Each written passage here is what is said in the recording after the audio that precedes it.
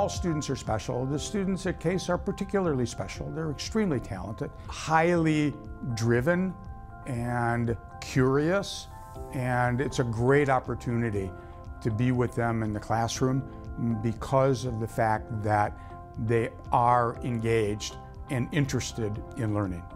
Joe, our son, ended up coming to Case, got a bachelor's degree in chemistry. Our daughter also came to Case. That's an interesting story because Jessie, our daughter, wanted to be an engineer. And some of the fondest memories that I have of being in the classroom was having my daughter in my class. Very interesting. Students in a classroom, I don't know if you know, but it's kind of like people at church. They sit in the same pew every Saturday or every Sunday, and students sit in the same seat every day.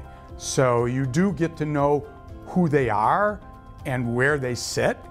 When my daughter was in the circuits class, I would always look back at her, and if she was nodding, I knew I was in trouble, so I had to pick up the pace or do something a little bit different.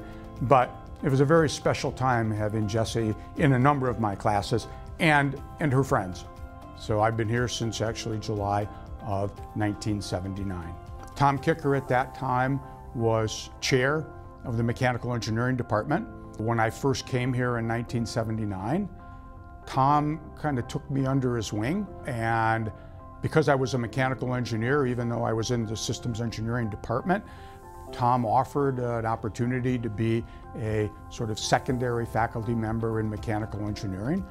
And when the Case School of Engineering was formally announced, which was in like 1992, and Tom Kicker was the inaugural dean of engineering, I was just about at that time getting promoted from associate professor to full professor. And Tom asked me to be associate dean of engineering, and I accepted. And Tom and I became extremely close at that time and for all years forward. It's always important to get recognition from your students, your colleagues, and your friends. This is really important to me because the last recipient was Tom Kicker.